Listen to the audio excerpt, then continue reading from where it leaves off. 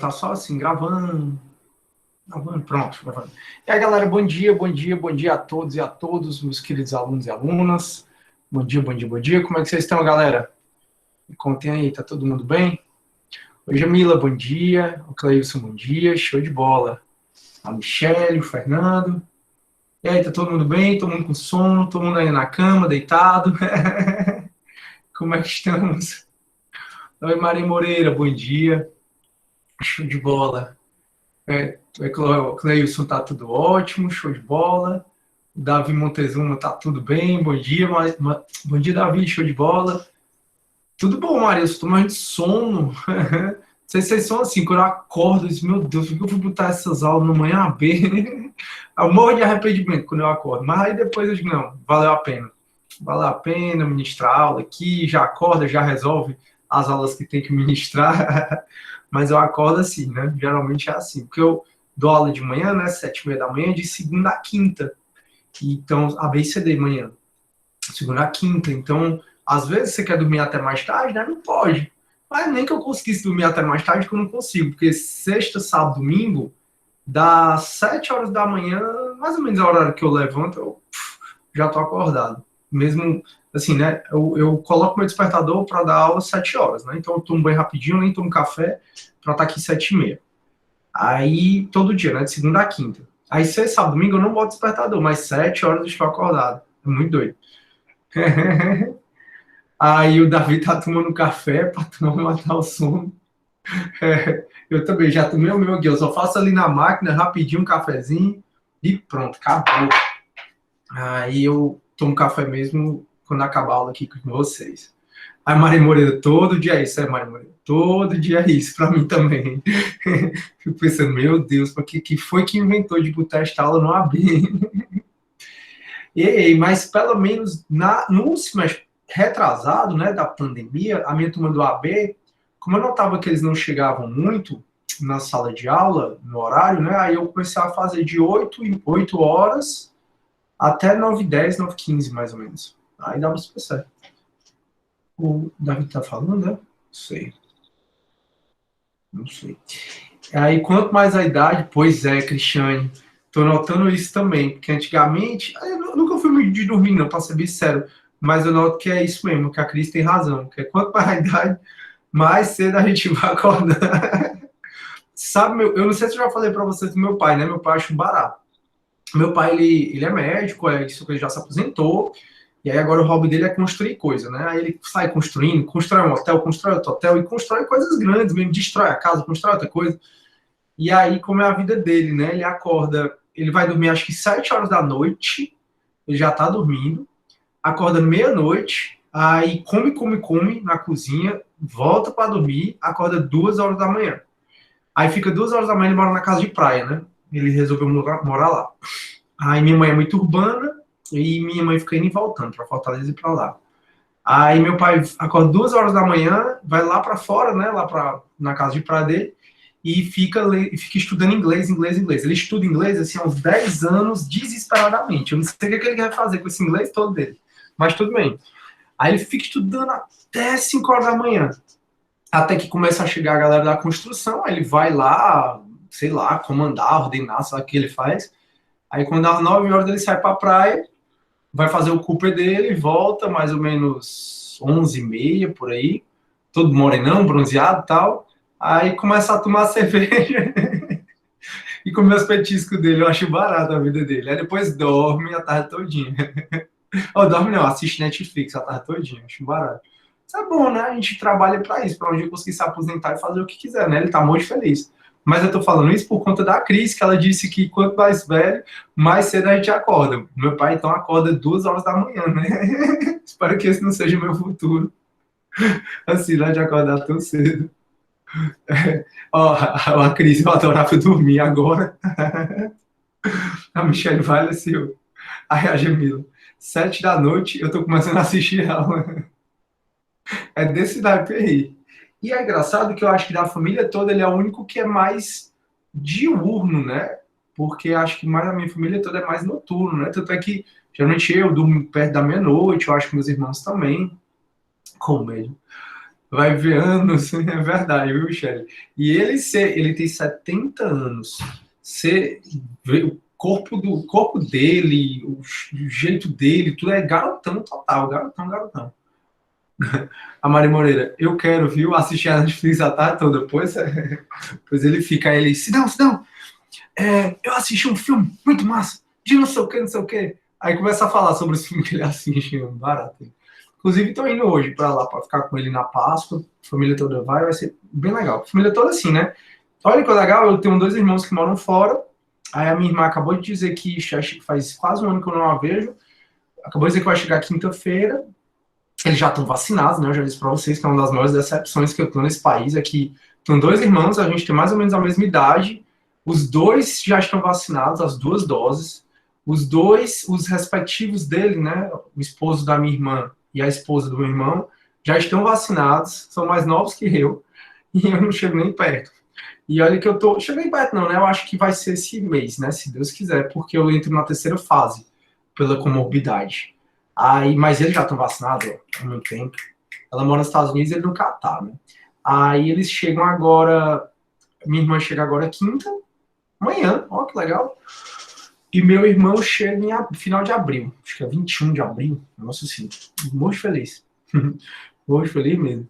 Show, show, show. Então é isso. Turma, hoje a gente vai mudar de matéria, tá bom? Hoje a gente vai falar da unidade 5. Eu vou compartilhar para explicar para vocês tudo o panorama, né, da matéria que a gente vai entrar agora. Essa matéria que a gente vai entrar agora, sem dúvida, ela é muito importante, tá? E é bom que você complemente um pouco os seus estudos com o direito constitucional. Porque lá no direito constitucional, existe uma matéria que vocês já conversaram, chamado imunidades parlamentares. Não lembro se é constitucional 1 ou 2, eu acho que é 2. Seja 1, seja 2, vocês já falaram.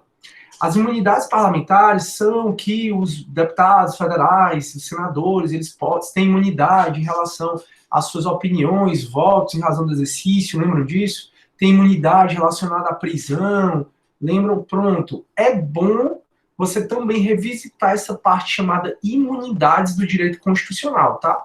Eu vou falar algumas aqui, mas não é o foco da nossa disciplina, porque isso é visto em direito constitucional. A gente vai entrar, então, agora falando um pouco das prisões. As prisões não definitivas, a gente não vai entrar na execução penal, não. Vocês vão entender que tem tanto a prisão cautelar, que é a flagrante, a preventiva, a temporária, que é isso que a gente vai conversar. Essas prisões cautelares são prisões que existem ou antes do processo ou durante o processo, mas existe a prisão definitiva. A prisão definitiva é a prisão após a sentença penal condenatória com trânsito em julgado. Aí, se você é processado pelo Ministério Público pelo roubo, por exemplo, um roubo, você é condenado e transita em julgado, aí nesse caso você vai cumprir pena. As penas vocês estudaram em pena 1. Pode ser pena privativa de liberdade, pena restritiva de direito ou pena de multa. E a pena de multa pode ser acumulada, né, com restritiva de direito ou com a pena privativa de liberdade. Pena 1, vocês estudaram essas penas. Aí, nesse cumprimento da pena, é regido pela Lei de Execução Penal, que é a Lei 7.210 de 84. A nossa matéria não é para falar da Lei de Execução Penal, então eu não vou falar da prisão definitiva. A gente vai pensar, então, sobre a prisão que pode ocorrer na fase pré-processual, ou seja, na fase de investigação, ou na fase processual. Então, a gente vai falar da prisão como medida excepcionalista mesmo. Como assim, professor? Prisão, turma, já é exceção. Por que prisão é exceção? Porque a liberdade é o direito mais importante que a gente tem depois da vida, né? Então, o judiciário realmente evita prender mesmo. Mas, quando ele prende, né, quando ele aplica a pena privativa de liberdade, aí vai lá para a execução penal, né? Assim, com todos aqueles regimes, fechados, semiaberto e aberto. Show. Aí a gente não vai falar dessa prisão definitiva. Se a prisão definitiva, né, já é uma medida excepcional, porque prisão é para ser excepcional mesmo, imagina essas prisões que a gente vai conversar agora, que são as chamadas prisões cautelares, que tem 3 tipos de prisão cautelar, que é a flagrante, a preventiva e a temporária. Já isso aí vai ficar escrito para vocês enxergarem melhor, mas acho que já dá para entender o que eu estou falando. A gente não vai falar daquela prisão depois que transita em julgado, a gente vai falar da prisão que acontece durante o processo ou durante as investigações. Então, por exemplo, Daniel Silveira foi preso e não tem nenhuma sentença penal condenatória contra ele. Pronto. É uma prisão cautelar. Ele foi preso o quê? Em flagrante, preventivo, temporário? É isso que a gente vai falar. Os Nardoni mataram a Isabela, né? Não lembro a data agora exatamente, mas vamos supor que foi dia 4 de julho de 2008. Aí, dia 4 de julho de 2008, eles foram presos. No dia do crime, eles foram presos. Então, eles foram presos no dia do crime. Tem sentença penal condenatória com trânsito julgado contra eles? Tem não, mas eles foram presos. Pronto, é essa prisão que a gente vai estudar. Então, o que a gente vai estudar agora são prisões que ocorrem durante as investigações ou prisões que ocorrem durante o processo, que são as chamadas prisões cautelares, também é chamado de prisão provisória, processual ou procedimental, certo? São essas prisões que a gente vai estudar agora. Então, eu vou compartilhar minha tela só para vocês conseguirem perceber qual é a unidade que a gente está indo, quais são os artigos que vocês precisam ler, né, para a gente ter um bom andamento da disciplina, desse conteúdo, e também, turma, onde é que está o material, né? Eu vou começar pelo nosso AVA. Então, vocês estão vendo a minha tela, certo? Aqui é o nosso AVA, nossa disciplina, Direito Processual Penal. Aí, a gente já viu unidade 1, 2 e 4. A gente pulou a unidade 3, que vai ser a última que a gente vai ver. E agora a gente está na unidade 5, chamada de prisões processuais, medidas cautelares e liberdade provisória. Pronto. Isso aqui, essa unidade 5, é o nosso tema agora. São as prisões processuais, também chamadas de prisões cautelares, também chamadas de prisões procedimentais. Então, a gente vai estudar essas prisões, vai estudar o que são as medidas cautelares do processo penal, como o uso de tornozeleira eletrônica, por exemplo, que é o monitoramento eletrônico, como a proibição de frequentar determinados lugares, proibição de chegar perto da vítima e de seus familiares, e por aí vai.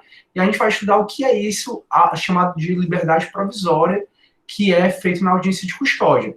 Essa matéria é bastante grande, tá? E aí eu já posso dizer para vocês que a unidade, que a AV2 vai cair na AV2, 8 questões dessa unidade, tá bom?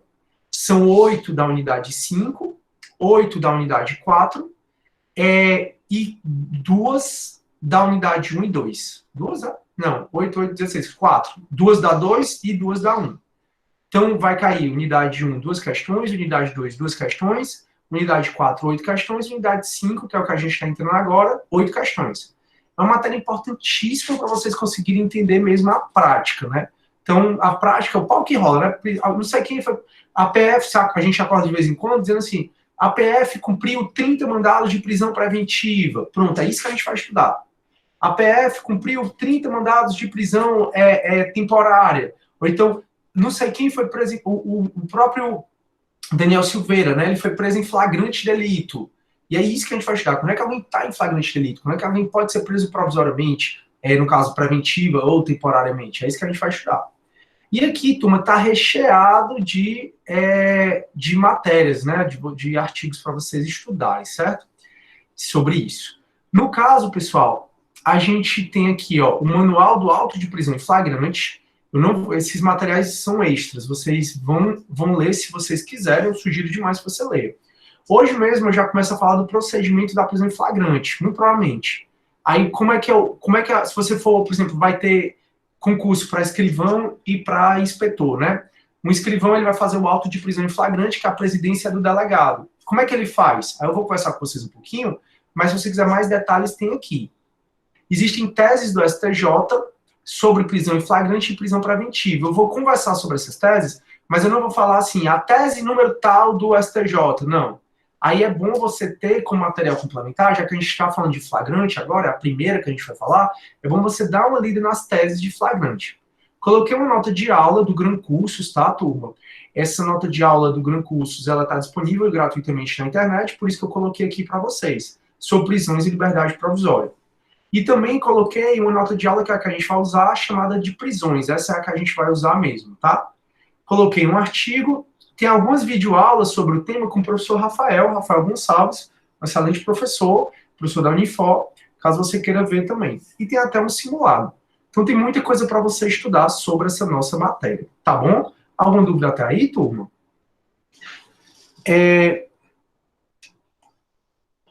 Pessoal, a gente inicia o estudo da nota de aula no ponto 2, prisões processuais. Da nota de aula aqui ô Jamila, eu vou apresentar essa nota de aula com vocês. Pronto, eu vou apresentar. Já já eu converso com vocês um pouco sobre ela, tá bom? Perfeito? Pronto, já eu chego lá. Massa. Aí, turma, então a gente está aqui nessa unidade 5. Essa unidade 5, ela vai começar aqui no artigo 282 do CPP, tá? Ó. Então, ó, da prisão, das medidas cautelares e da liberdade provisória. Então, a gente deu um salto no CPP. A gente estava no CPP, a gente foi até mais ou menos o artigo 28A, falamos um pouco do 41, tudo bem, que é sobre os requisitos da petição inicial, mas a gente estava lá no 41, por exemplo. Ou então a gente estava lá no 24, que é sobre inquérito. E a gente saltou, a nossa matéria salta para o 282. Então perceba aí que a gente saltou mais de 100 artigos do CPP. Eu estou seguindo o plano de ensino ele recomenda que se faça isso. Então a gente está saltando o CPP, tive o artigo 1, 2, 3, viu o juiz de garantias, aí passou para a investigação, que é a partir do artigo 4º, aí foi até o artigo 24, que é quando acaba a investigação, vimos um pouco do 28, do 28A, do 41, mas a gente saltou para o 282. Percebe então que a gente deu um salto enorme. A gente ainda volta, como for na unidade de ação penal, aí a gente volta um pouco para o CPP, né, aqui, mas por enquanto a gente deu um salto enorme. A gente foi lá para o título 9. Então a gente saiu do título 2 e foi lá para o título 9, que fala da prisão, das medidas cautelares e da liberdade provisória. Esse título foi profundamente alterado em 2011. E até o pacote anticrime, que é de 2019, também alterou essa parte. O pacote anticrime ele alterou essa parte principalmente para dizer que o juiz não pode decretar cautelar de ofício. Ou seja, as medidas cautelares, que a gente vai ver que estão no 319, as medidas cautelares, como por exemplo, as próprias prisões cautelares são medidas cautelares, mas também tem o monitoramento eletrônico, a proibição de frequentar determinados lugares, a proibição de chegar perto da vítima, as cautelares, a internação provisória. As cautelares, pessoal, não podem mais ser decretadas de ofício pelo magistrado. Então, na audiência de custódia, que a gente vai estudar, o que é essa audiência, eu fui preso em flagrante, aí vai ter uma audiência de custódia. O juiz tem que esperar o MP pedir, ou o advogado de defesa pedir. O juiz não tem mais liberdade para decretar cautelar de ofício, como ele tinha. Então, hoje, já pode colocar isso na sua cabeça. O juiz ele não decreta mais prisão de ofício e nem cautelar de ofício. Eu disse para vocês várias vezes que o pacote anticrime ele foi uma reação do Congresso contra o Judiciário. O pacote anticrime ele tirou poderes dos juízes, e um dos poderes que tirou do juiz é que antigamente as cautelares poderiam ser decretadas de ofício pelo magistrado e hoje em dia não podem mais. Show? As prisões aqui, prisão preventiva e temporária. A temporária nunca pôde, mas a preventiva, o juiz poderia decretar de ofício e hoje não pode mais. Aí o pacote anticrime também alterou essa parte, também outro ponto, também super simples, não só para dizer que o juiz não pode mais decretar cautelar de ofício, mas também para dizer que o juiz tem que fundamentar a decisão dele com base no caso concreto.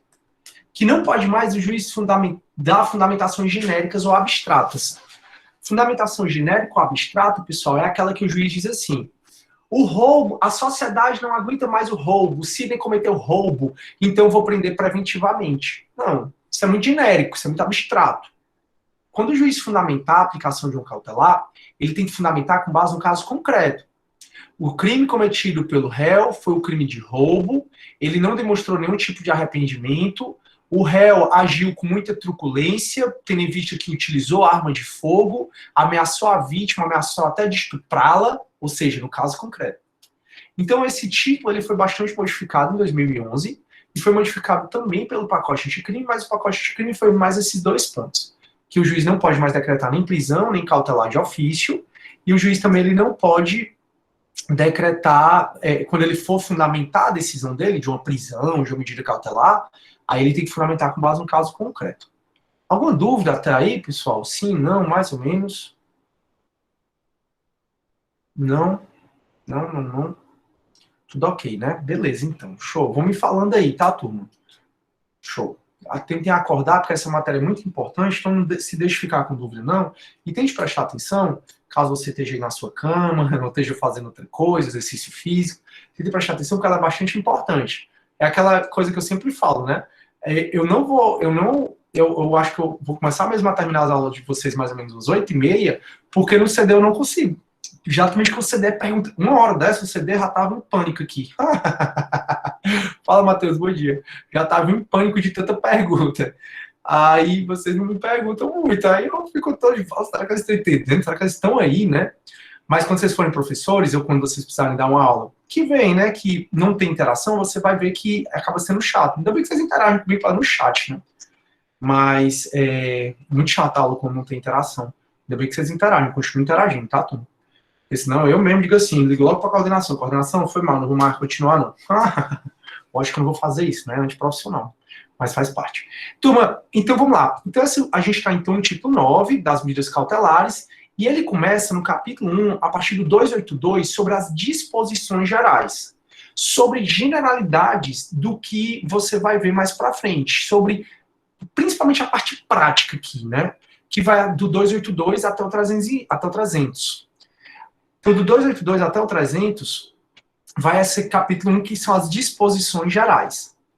Eu vou falar das disposições gerais pontualmente, e ao final eu vou arrematar e falar de todas elas. Então, na aula de hoje, por exemplo, a gente já começa falando de prisão em flagrante, que é o capítulo 2.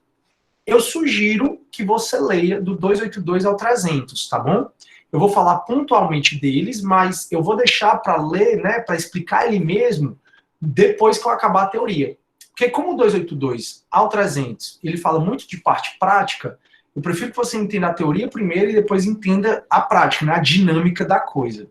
Eu acho que fica mais pedagógico você entender o que é flagrante, o preventiva e o temporário, e as cautelares, para depois eu te explicar como é que acontece na prática, né? Se eu for explicar na prática o que tu não sabe ainda na teoria, eu não acho que é muito didático.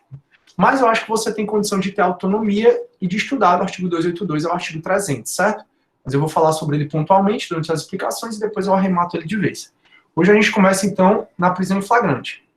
Esse título, então, que é do título 9, ele começa no 282 e vai até no artigo 350. Então, perceba aí que vocês têm 68 artigos para estudar, do 282 até o 350. Eu, se fosse vocês, eu já ia lendo, né? Eu, quando fiz faculdade de Direito, eu nunca esperava muito meu professor, não. Eu tinha muita autonomia de estudo e isso foi muito bom para mim, porque com 23 anos, já falei para vocês, já era professor da Unifor, da FIC, e com 23, foi em 2008, né? Foi quando eu fiz meu concurso no TJ, eu já passei no TJ, passei na Polícia Federal, rapidamente eu resolvi minha vida financeira, mercadológica, essa questão toda, e sugiro que você faça o mesmo também. Você não espere que a gente deixa para estudar depois, depois eu estudo, depois, enfim. Então, turma, se você quiser, já é para estudar o artigo 282 até o 350, tá bom? Eu indico que pelo menos você leia, sem mim, o 282 até o 300. Beleza, beleza, beleza? Show. Dito isso, então, turma, eu vou começar a... eu vou baixar aqui essa nota de aula, prisões, tá? E é sobre essa nota de aula que a gente vai conversar um pouco. Turma, vamos falar um pouco, né? Existe, pessoal, no processo penal brasileiro, a prisão penal, né? Ou também chamada de prisão-pena. Essa prisão-pena, que é a que a gente não vai conversar, eu acho que eu vou falar assim. Deixa eu só recapitular o que é que eu quero conversar com vocês, que aí eu acho que vai ficar mais claro para vocês. Show. Perfeito. Turma, no processo penal, no Brasil, existem vários tipos de prisão. Existe a prisão-pena. Essa prisão-pena é a prisão após uma sentença penal condenatória com trânsito em julgado. É aquela que eu falei que a gente vai lá para a LEP, tá? Existe, além da prisão penal, existe também prisão extras penais. Prisão extrapenal que é fora do direito penal. Como, por exemplo, existe a prisão civil, pelo inadimplemento voluntário e inexcusável de pensão alimentícia. Então, no caso que o cara deve pensão alimentícia, dado do Dolabella, né? Ele deve não sei quantos mil de pensão alimentícia, acho que é 280 mil de pensão alimentícia. A gente só vê o pobre do dado do Dolabella preso. Aí ele fica no presídio, lá ensinando o pessoal yoga, ensinando o pessoal a fazer um bocado de coisa. É bem interessante. Mas ele está preso por uma prisão penal? Não. Ele está preso porque a justiça entendeu que ele devia pensão alimentícia, podia pagar e não pagou. Então, não só existe prisão penal, existe prisão civil, né, que é o inadimplemento voluntário inexcusável de pensão alimentícia. Existe, né, mais a prisão administrativa, Mas boa parte diz que não existe mais essa prisão administrativa. Prisão administrativa existia muito na época da ditadura, na época que a nossa Constituição não era de 88. Essa prisão administrativa era aquela prisão que o delegado podia te prender por nada. Tu ficava à disposição, por exemplo, do governador. O governador podia me prender, o delegado podia me prender e ninguém dizia nada. Hoje prevalece muito que não existe mais essa prisão administrativa, mas para quem diz que existe, se coloca com a prisão administrativa principalmente relacionada ao estrangeiro. Eu, se fosse vocês, colocaram que não existia mais essa prisão administrativa por violação do direito administrativo, né? Existe a prisão disciplinar, essa prisão disciplinar é a prisão do militar, então o militar ele pode ser preso, é uma prisão disciplinar, né, que é mais por disciplina, por ele faltar aquela autoridade. Existem prisões na lei de falência, que na lei de falência ela regulamenta certo tipo de prisões, por você ter violado o processo de falência, né? Como regra também a gente nem fala muito dessas prisões. Então, existem dois tipos de prisão penal. A prisão penal é a prisão processual e também a prisão definitiva. Deixa eu colocar aqui para ficar bem mais fácil aqui, ó. Então existe, pessoal, as prisões. Enfim, me ajude, pronto. E essas prisões, elas podem ser, né? A prisão cautelar, a prisão preventiva, preventiva não, provisória, prisão processual e prisão procedimental. Tudo isso é sinônimo, turma. Então, prisão penal, deixa eu colocar aqui. Prisão penal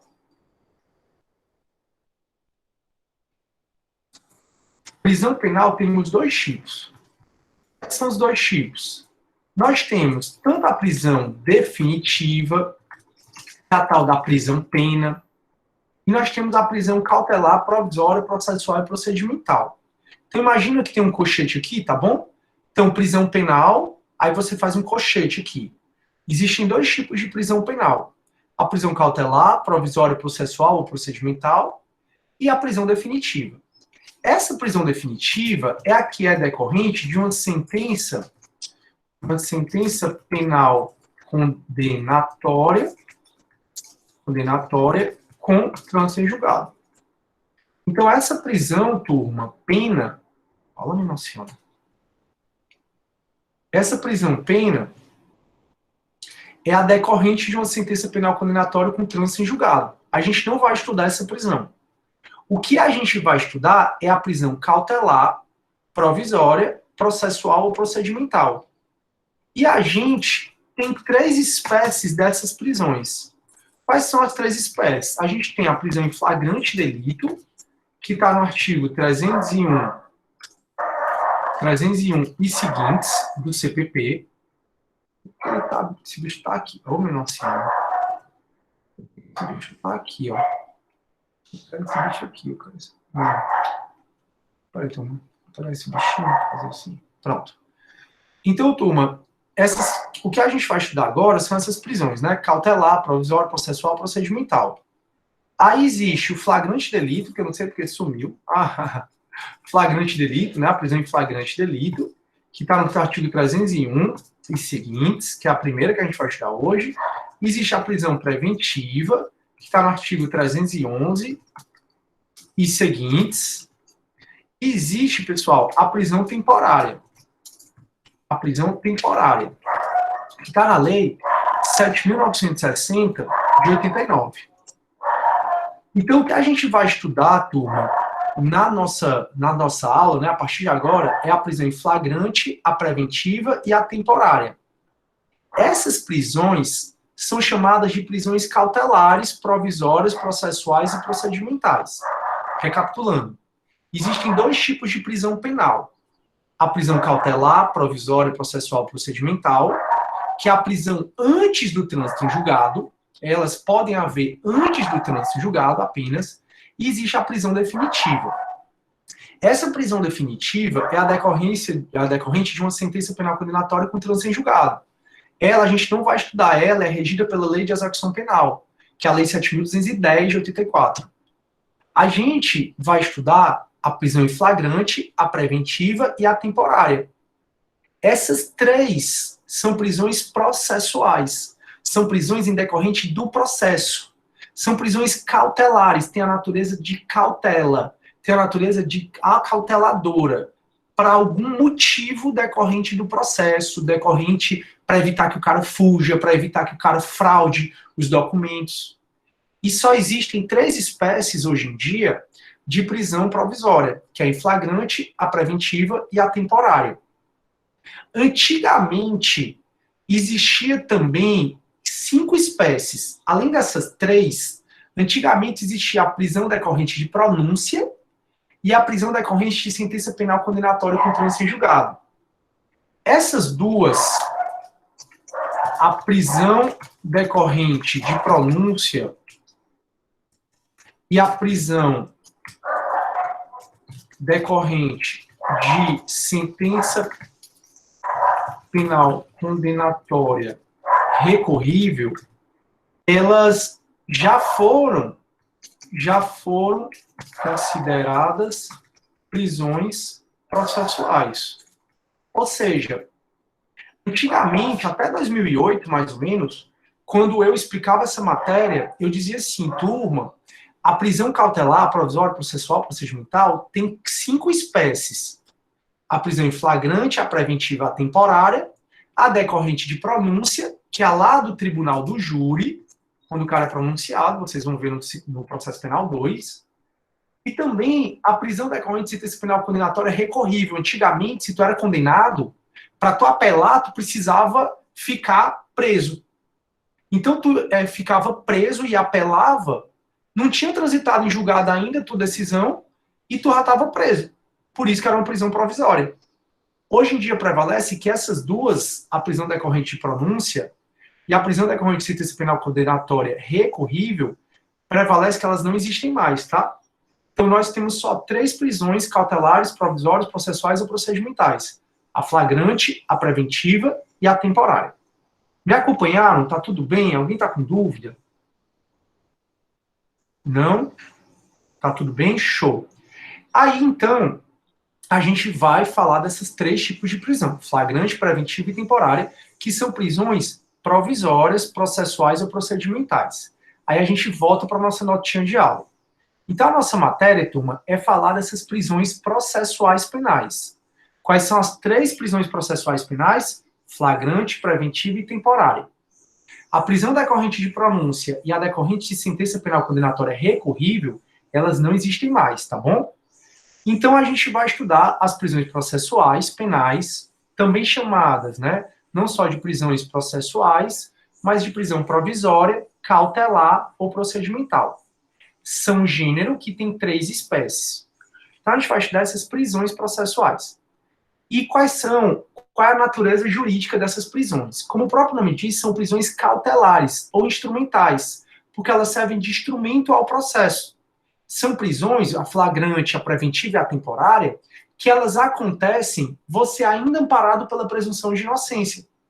E o STF já sumulou dizendo que a presunção de inocência não vai de encontro a essas prisões processuais penais. Porque a galera foi questionar essas prisões, a flagrante, preventiva e temporária, dizendo assim, não, elas violam a presunção de inocência. E o STF disse, não, quando devidamente fundamentadas, essas prisões não violam a presunção de inocência. A presunção de inocência é um princípio e ele pode deixar de ser aplicado dependendo do sopesamento, né? Quando 2 princípios conflitam, então que a gente tem o direito à liberdade e à presunção de inocência, estão conflitando, excepcionalmente um princípio ele pode ser diminuído para aplicar mais o outro. Então, essas prisões, flagrante, preventiva e temporária, elas acontecem você ainda estando amparado pela presunção de inocência. E o STF diz que não, que elas são constitucionais, mesmo você estando preso, amparado pela presunção de inocência, são constitucionais desde que devidamente fundamentadas, né, desde que preenchidos os requisitos legais.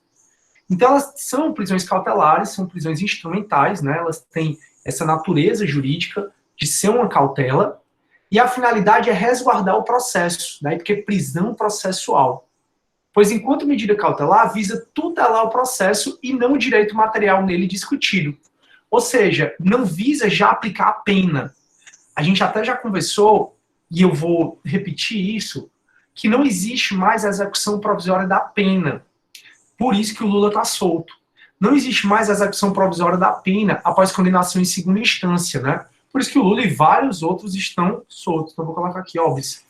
Não existe mais, como regra, porque tem uma exceção, a execução provisória da pena após condenação em segunda instância. O STF mudou 4 vezes de posição, isso a gente já conversou. E aí, turma, se eu for condenado em segunda instância, não necessariamente já começa a executar a pena. Então, quando aqui diz assim, ó, que eu vou baixar esse material, turma, porque tá muito ruim explicar assim, eu acho que tá muito pequeno para vocês. Deixa eu abrir aqui, porque fica melhor para mim. Para mim e para vocês, eu acho. Só um minutinho, pronto. Que aí eu consigo dar mais um. Beleza, pronto, agora tá melhor. Pronto. Então, turma, ó, o que é que acontece? Essas prisões, a preventiva, a temporária e a em flagrante, elas são mais para o processo, para evitar que o processo seja fraudado, para evitar que se mate testemunha, que se mude a cena do crime, para evitar que o cara fuja. A intenção delas não é aplicar o direito penal em si, já não é logo executar a pena dele. Não é. Então, essa finalidade dessas prisões é resguardar o processo principal para assegurar a utilidade e possibilidade da prestação judicional. Então, é para que o judiciário ele tenha condições de dar uma sentença justa. Ou então, de o judiciário ter a condição de aplicar a pena ao cara, se for o caso concreto. Essas prisões processuais, flagrante, preventiva, temporária, têm natureza de cautelares, são instrumentos porque elas querem resguardar principalmente o processo principal, isso aí vai ficar bem claro para vocês. E são os princípios, né, os postulados básicos, é a gente entender que você vai estar preso mesmo quando presumido inocente. Só que aqui, como eu falei, tem 2 princípios em choque, que é o princípio da presunção de inocência e o direito de liberdade, e também o princípio da cautelaridade. Então, por hora, a gente tem a presunção de inocência. E, por outro lado, a gente tem a cautelaridade do processo, resguardar o processo. Nesse choque, prevalece resguardar o processo, desde que devidamente fundamentado. Daí porque eu coloquei, importa salientar que a prisão cautelar, o processual, tem previsão constitucional. Logo, uma vez atendidos os pressupostos da necessidade para a persecução penal e da proporcionalidade na fixação das cautelares, não contraria o princípio da presunção de inocência. Então, se cair para vocês, a prisão preventiva contraria a presunção de inocência? Não. Prisão preventiva, você está preso ainda presumido inocente, mas existe o princípio da cautelaridade do processo, e aí ele faz com que, se devidamente fundamentada a preventiva, essa preventiva seja constitucional. Então, não tem problema. Galera, quais são os princípios aqui para essas prisões, né? Princípio da legalidade, porque só pode ser aplicadas medidas cautelares, essas prisões expressamente previstas em lei. O juiz ele não pode criar, por exemplo, turma, uma outra prisão sem ser essas que a gente está falando. E além disso, o juiz só pode aplicar essas prisões caso ele preencha, ele note que está preenchido os requisitos previstos em lei. Então, o fumus comissi delicti, que a gente vai estudar, o periculo in mora, o periculo libertatis, que a gente vai estudar, a gente já até estudou, mas eu vou voltar a falar sobre isso. Nesses casos, a lei manda, para prender preventivamente precisa o quê? Garantia da ordem pública, da ordem econômica, garantia da instrução processual penal. Então, o juiz, ele não pode criar uma prisão que não esteja prevista em lei, e para ele decretar quaisquer dessas prisões, o juiz tem que respeitar os requisitos da lei, daí porque é o princípio da legalidade. Essas prisões têm que seguir a adequação e proporcionalidade. Tem que ser adequada ao caso concreto e proporcional à gravidade do crime. Então, por exemplo, se o crime que eu em tese vou ser punido, tem pena máxima de 2 anos, eu não posso passar preso preventivamente mais de 2 anos, não tem sentido. Fere a razoabilidade, fere a proporcionalidade. Então, essas prisões, elas têm que ser adequadas ao caso concreto. Não é porque o juiz não gosta de mim que ele pode mandar me prender e eu ficar preso, não. No caso concreto, é adequada a prisão? É, porque o Sidney integra organização criminosa e ele tem cometido vários outros crimes. E fora isso, tem que ser proporcional à gravidade do crime. Tem que ser regido também pelo princípio da precariedade. Esse princípio, as medidas cautelares, em especial as prisões provisórias, são sempre precárias, são sempre temporárias. Prender alguém é exceção, turma. Mesmo a pena definitiva é exceção. Aqui no Brasil a gente tem uma cultura retribucionista, né? Vamos sim prender, o cara matou, vamos prender. Mas não. As prisões, elas devem ser exceções.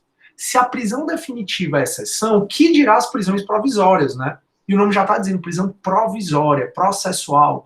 Tem natureza precária porque elas são temporárias. Tipo, a audiência de custódia, ela foi criada exatamente para evitar que alguém passe mais de 1, 2, 3 dias preso em flagrante delito. Antigamente, pessoal, tinha casos de gente com 1 ano em flagrante delito. Hoje em dia não pode. Hoje em dia a gente vai ver que, no máximo 1 semana, o cara já deixa de estar em flagrante delito. E é para ele nem ficar 1 dia em flagrante delito. A gente vai conversar sobre isso. Mas a prisão provisória, seja prisão em flagrante, seja preventiva, seja temporária, elas têm natureza precária porque elas são temporárias. E elas também são subsidiárias, porque prisão é exceção mesmo. E eu vou conversar com vocês várias vezes dizendo assim, galera, o juiz só deve prender se não der para ele aplicar outra cautelar que permita o indivíduo estar em liberdade. Eu fui cumprir mandado, eu fui ontem, mas assim, não foi ontem que eu observei, não.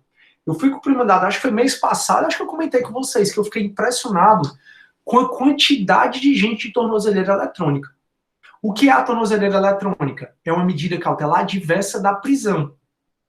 O juiz ele tem que tentar ao máximo não prender o cara.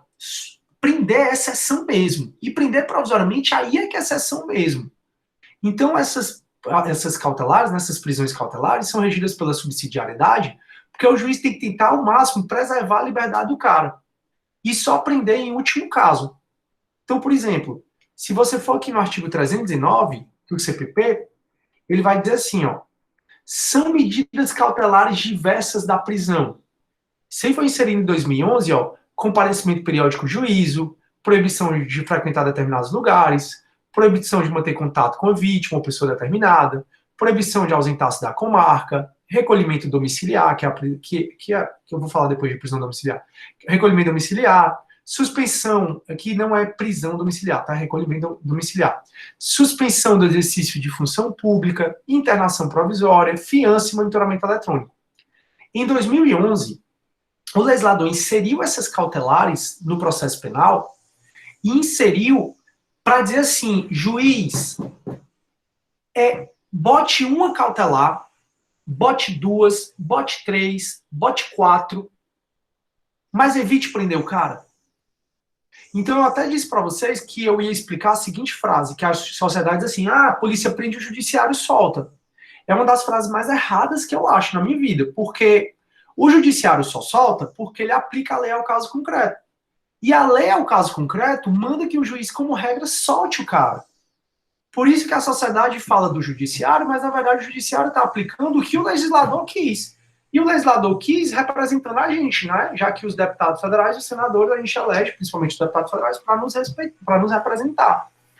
Então, aqui para vocês verem, essas prisões são exceção mesmo, são excepcionalíssimas mesmo. O juiz pode aplicar uma cautelar, 2, 3, 4, 5, pode aplicar todas as 9 aqui. Mas como regra tem que deixar o cara solto. Por isso que quando eu passei um monte de casos, era um monte de gente com tornozeleira eletrônica lá. E hoje em dia é exatamente porque o judiciário está fazendo o que o legislador manda. Até aí tá tudo bem? Não? Nenhuma dúvida? Beleza. Aí, turma, para vocês verem como o que eu estou falando não é mentira, olha o que aqui diz o artigo 282. Ó. As medidas cautelares previstas nesse título serão aplicadas observando a necessidade e a adequação. É o princípio da necessidade e da adequação, né? Para essas cautelares. Essas cautelares são aplicadas isoladas ou cumulativamente. Ou seja, pode aplicar só uma cautelar ou pode aplicar mais de uma cautelar. Aí olha o que aqui diz o parágrafo 4º. Parágrafo 4º diz assim, ó. No caso de descumprimento de qualquer das obrigações impostas pelo juiz, ele me proibiu de sair da comarca que eu saí. O juiz, mediante requerimento do Ministério Público, de seu assistente do querelante, pode substituir a cautelar. Pode dizer assim, tá bom, se você me desobedeceu, porra, agora você vai ficar proibido de sair da comarca e de frequentar determinados lugares. Ele pode substituir ou pode aplicar outra incumulação. Ou, olha aqui, ó, em último caso, o juiz pode decretar a preventiva. Então é só para vocês perceberem como acontece, né, no processo penal. Que o juiz, ele aplica uma cautelar, 2, 3, aplica todas as 9 cautelares, que é a regra que ele tem que tentar. Se eu descumprir uma cautelar, ainda assim isso não é motivo para automaticamente o juiz já me prender preventivamente. E isso é outra observação muito importante, tá, turma? Óbvio, não existe prisão automática, não existe prisão automática no processo penal. Toda e qualquer prisão requer ordem escrita e fundamentada do juiz, salvo flagrante. Turma, então, vocês vão se deparar muito com questões dizendo assim, se o cara descumprir a cautelar, automaticamente ele vai preso. Galera, não existe prisão automática, tá? No processo penal não existe prisão automática. Tirando o flagrante, né, que a gente vai ver que o flagrante é o único que não precisa de ordem judicial, toda e qualquer prisão precisa de ordem escrita e fundamentada do juiz. Toda e qualquer prisão requer ordem escrita e fundamentada do magistrado. Ok? Deixa eu colocar isso para vocês.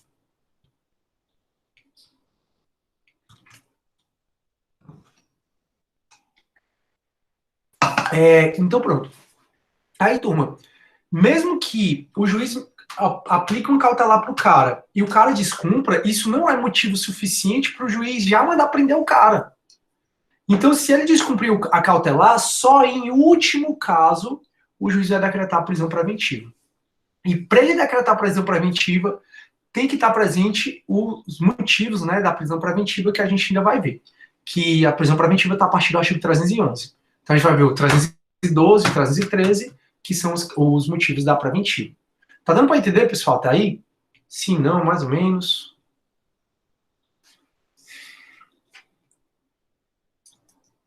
Não? Sim, professor. Show. Beleza, então. Aí, então, voltando. Então, essas prisões, elas são regidas pelo princípio da legalidade, que a prisão, ela só pode existir, o juiz só pode decretar uma prisão que está prevista na lei, e se preencher os requisitos da lei. É regido pelo princípio da adequação e proporcionalidade, né? A gente viu aqui no 282 que você ainda pode acrescentar não só adequação e proporcionalidade, mas adequação, proporcionalidade e necessidade. Por quê? Porque essas prisões e todas as medidas cautelares só podem ser aplicadas se forem necessárias e adequadas ao caso concreto. Princípio da precariedade, porque essas prisões são para ser temporárias, ou seja, são precárias, elas não devem ser consideradas regras, são exceções mesmo. Tá? A regra é que você vai ficar em liberdade. E a subsidiariedade, porque só pode ser aplicada essas prisões se não der para aplicar outra cautelar diversa da prisão. E essa outra cautelar diversa da prisão está no artigo 319. Aí, turma, são pressupostos da decretação, né? São o mesmo que qualquer medida cautelar. O periculo in mora, que no processo penal a gente chama de periculo in libertatis.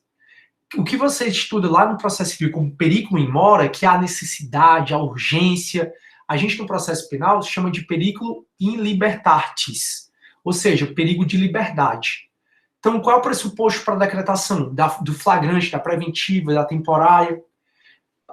O pressuposto para se aplicar qualquer tipo de prisão cautelar ou qualquer cautelar é o periculum libertatis, não é nem in libertatis, eu falei errado. Meu latim está enferrujado. Tô brincando.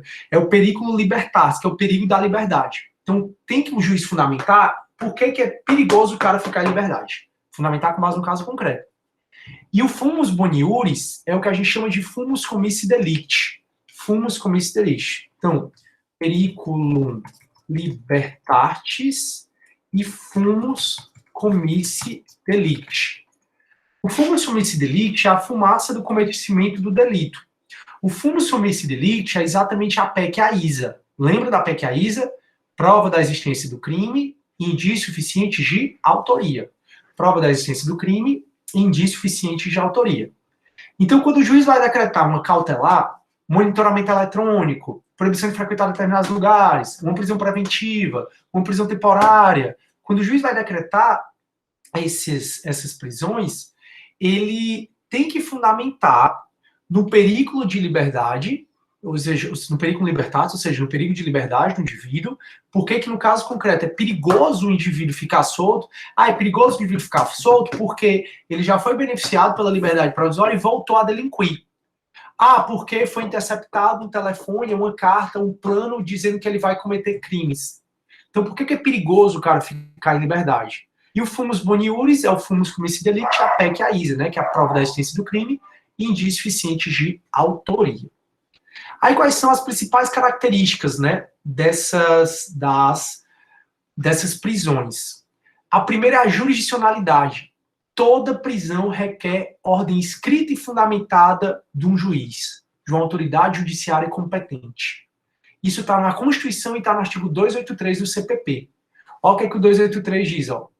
Ninguém pode ser preso senão em flagrante delito ou por ordem escrita e fundamentada da autoridade judiciária competente, em decorrência de prisão cautelar, que é o que a gente está estudando, ou em virtude de condenação criminal com trânsito em julgado.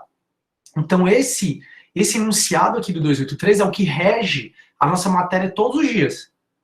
Porque toda e qualquer prisão, seja a prisão pena, que é a definitiva, seja cautelar, precisa de ordem escrita e fundamentada da autoridade judiciária competente com base no caso concreto, como eu já falei para vocês.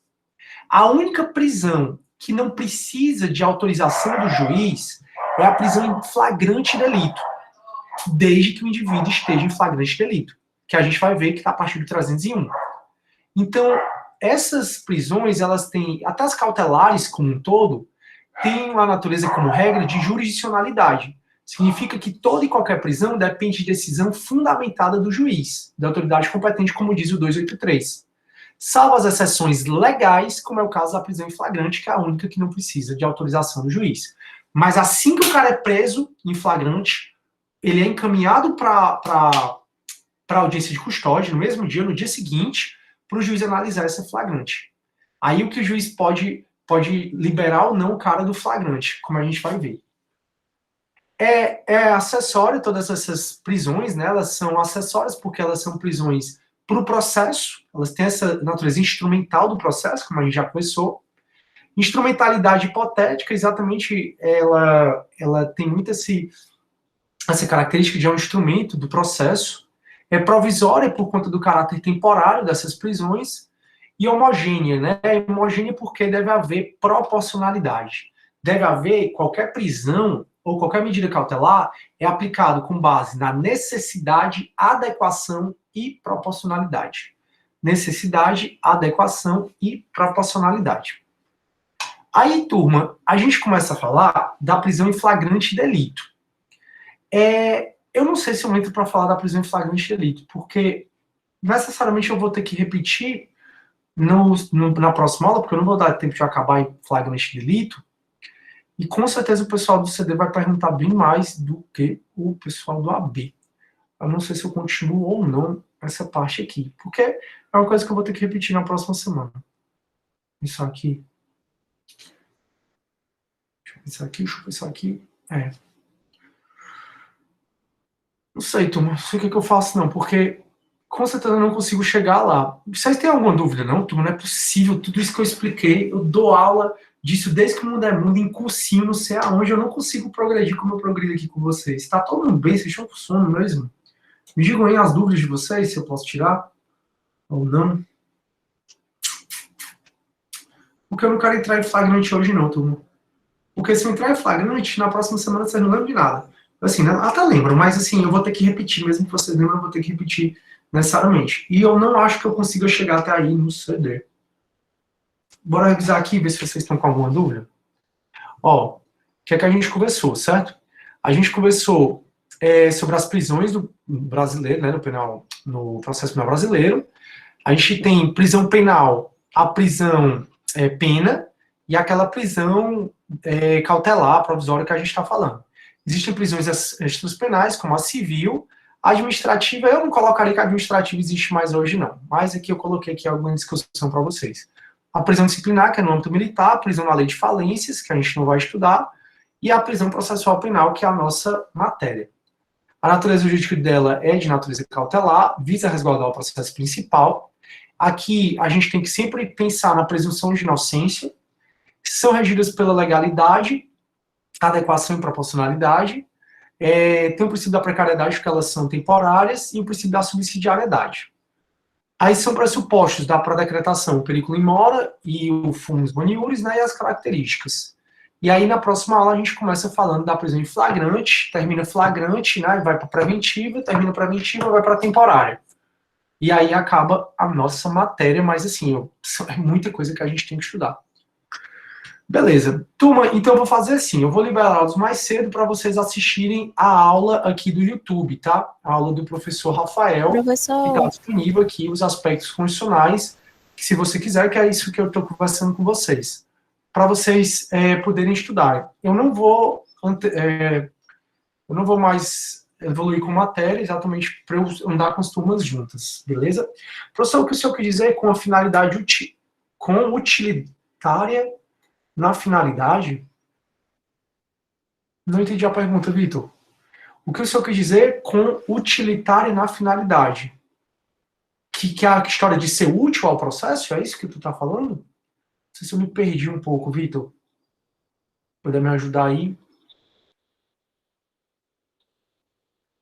Finalidade utilitária. Essa finalidade instrumental ao processo, de uso ao processo, e não a aplicação da pena em si.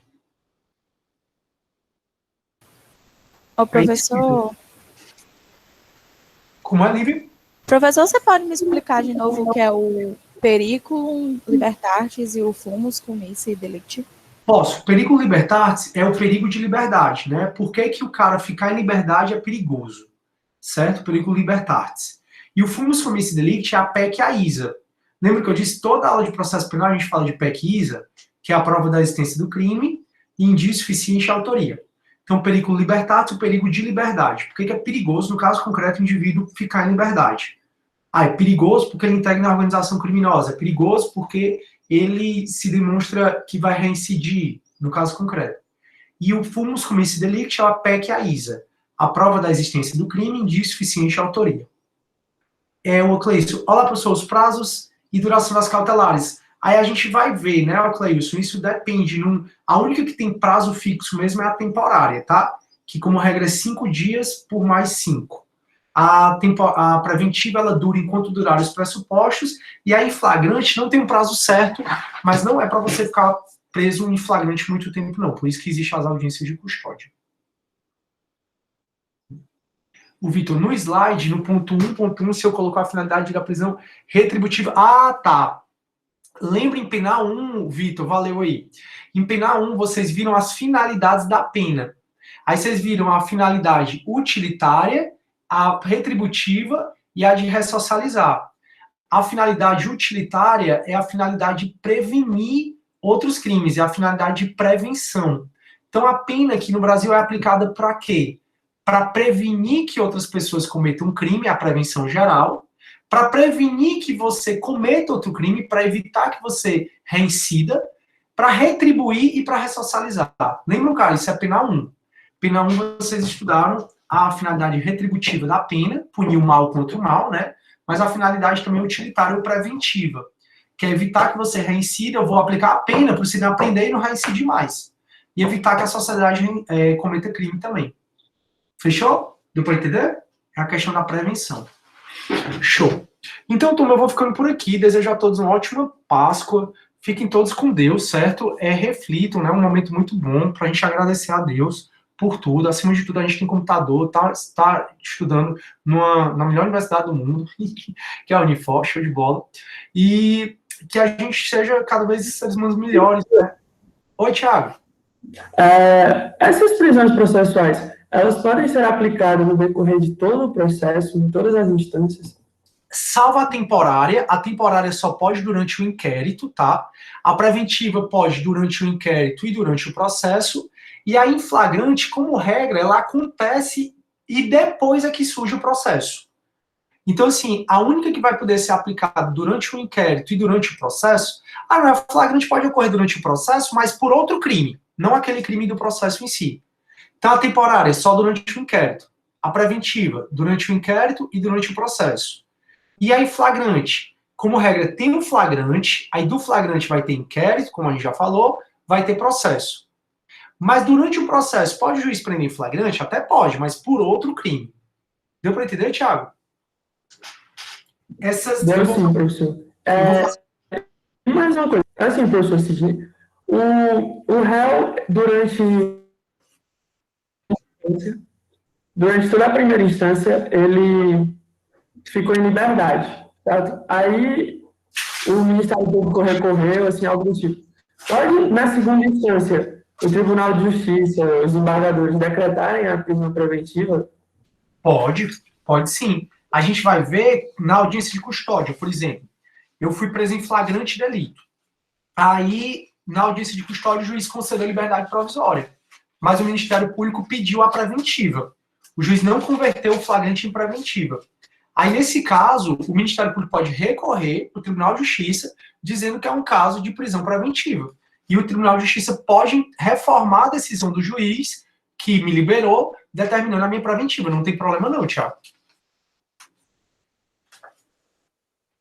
Deu para entender? Aí a Maria Moreira, quais são os requisitos da preventiva? Pois é, a gente vai primeiro estudar flagrante, depois a gente vai estudar a preventiva, para a gente ir para esse lado. Mas se você quiser antecipar, Maria Moreira, 312 e 13 do CPP, a gente vai estudar isso, mas só quando acabar flagrante. Artigos 312 e 313 são os requisitos da preventiva. Show, show, show. E é isso, turma. Então eu vou ficando por aqui. Alguém tem mais alguma dúvida? Tenho o maior prazer de tirar dúvidas, se quiserem. Acho que não, né? Beleza. Galera, fiquem com Deus, boa Páscoa, rezem bem muito, tá? Que a gente consiga deixar esse mundo melhor do que quando a gente veio para cá, né? Então, sempre deve ser o nosso objetivo de vida, que a gente transforma esse mundo num lugar melhor do que quando a gente encontrou ele aqui, né? Fiquem com Deus, boa Páscoa a todos, desejo tudo de bom. Vou parar a gravação. Tchau, professor. Boa